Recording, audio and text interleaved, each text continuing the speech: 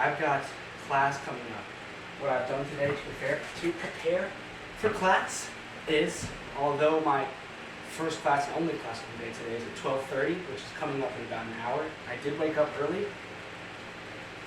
I woke up at about 7:15, and since we've just moved into this place, I have been unpacking, and after that, I went on a run. It's been a long time since I went on a run. The reason that I did go on a run is because I have class. To have a sharp mind, you've got to be well exercised. I know I spoke about shed in an earlier video.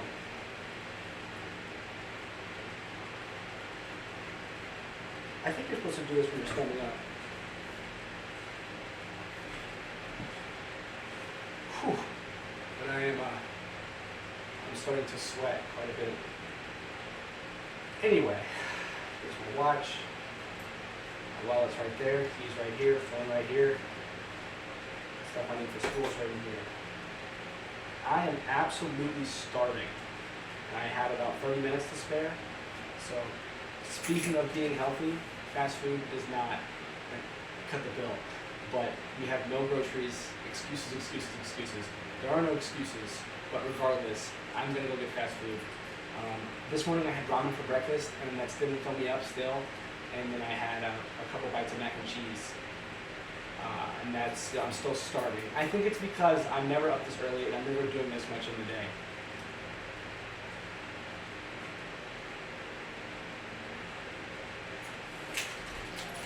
Wendy's, hopefully, not McDonald's. Hopefully Wendy's. Now it is. You've been recording all this time. No, it's just because... I don't know why it's because... Will you zoom in a little bit, actually? Hold on. With this? No. Oh, wait. Yeah. Okay, so before we go any further, by further I mean I'm about to mount my bed to the ceiling, and I want to draw a diagram to show you what I mean. I have to talk about what I learned today in ethics class. So I've taken this class before, same classroom, same teacher, and when I walked in today, I even got the same seat. Corey Cottrell, awesome guy. Last semester, well, I took it a year ago, so 2 semesters ago, didn't take it very seriously. He failed me. I kind of saw it coming.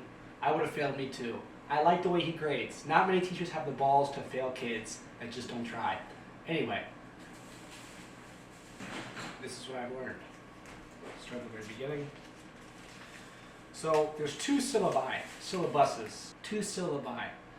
The one from the state for this particular ethics course, in its course, in the course description where it says what the course will be about, it says we'll be discussing 3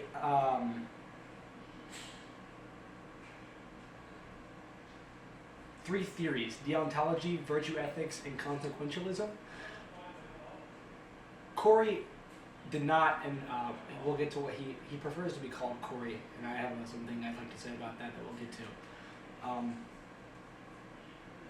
He did not like this opening statement.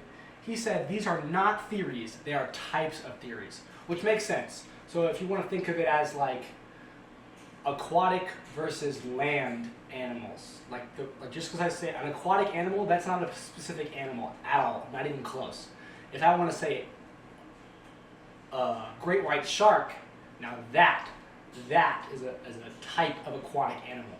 For example, in deontology, which is a theory that we will discuss, a type of theory we will discuss, there is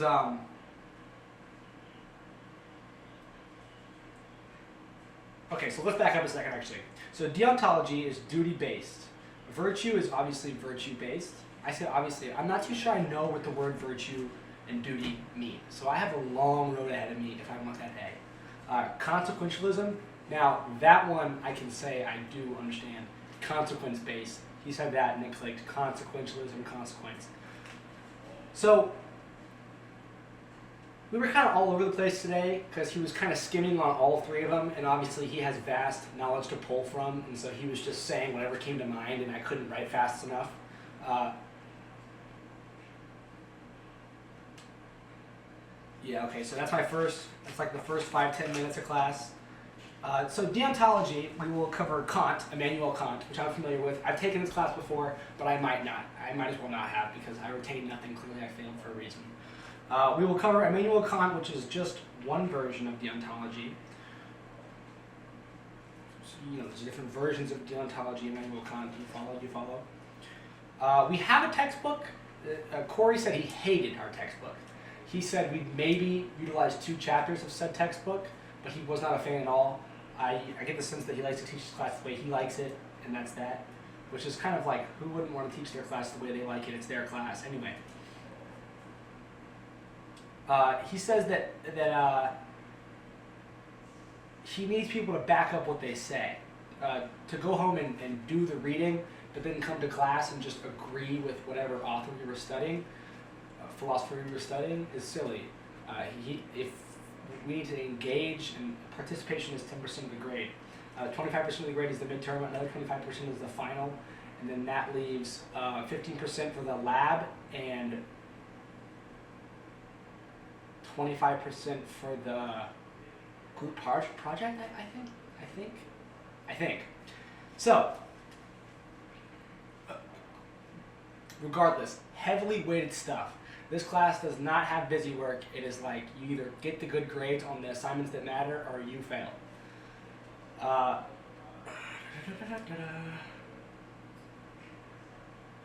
Yeah, he mentioned in class, so this is like a really hard class for me because those that know me in person or even those that have watched enough of these videos probably can tell that I think that I know everything, and that is a fatal flaw when you're trying to put yourself in the minds of others, i.e. famous philosophers, especially ones that existed so long ago. It actually tickled my little brain because in the middle of the class, let's see if I can find it.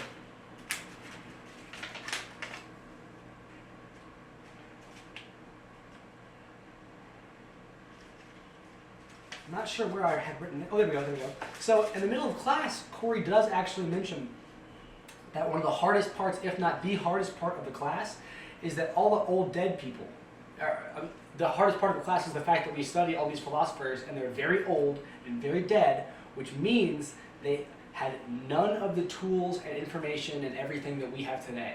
So it's really easy for us to just be like, well, it's obvious, the answer is BAC because ABC, when in reality, that's not what we're here to do. The state requires that we study these people, so we're going to study these people and actually put ourselves in their mind. We got to remember that when they were writing these theories and when they were proving them, they did educated guesswork. They really poured their mind into it without any of the tools that we had, and that's admirable.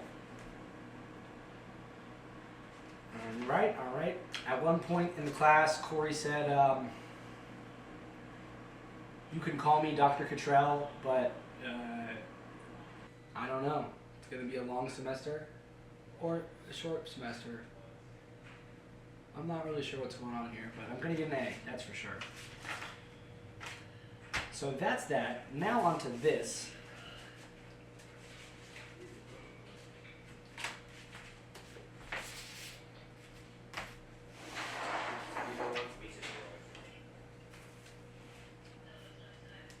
So where I am right now in this room, if you can see, behind the American flag, behind me there's 2 doors. So this is the room layout.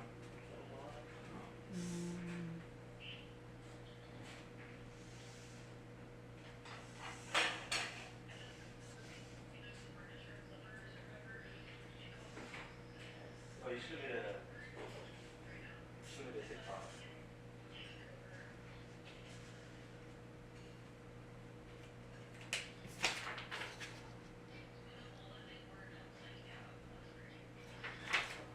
And my bed, is this the right way? Yes. So this is correct. If I were to lay it like this, okay, sorry, this is correct. And if I were to lay it like this, that's the way that this camera is facing. I am staring at this wall. So this is me at this chair right now.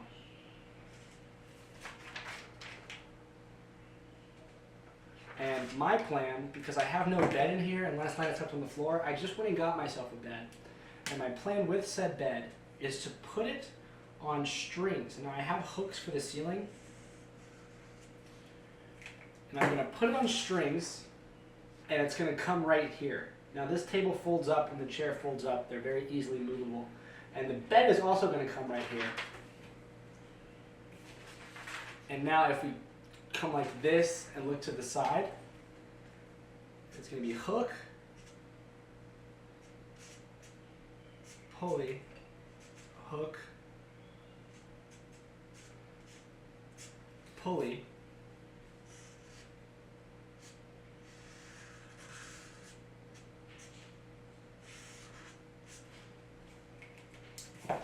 and that's what it's going to look like. So I doubt that I'm going to finish it today, but I'm in a very rare place where I've literally been assigned no work. So I have my first chemistry class tomorrow, and I'm sure that I'm going to have enough work from my chemistry class / whatever Corey decides to post on his Blackboard tomorrow to last me through the weekend. So I'm going to make my bed happen. And even if I did have work, this is a vital step in this space. So I've recorded far too long.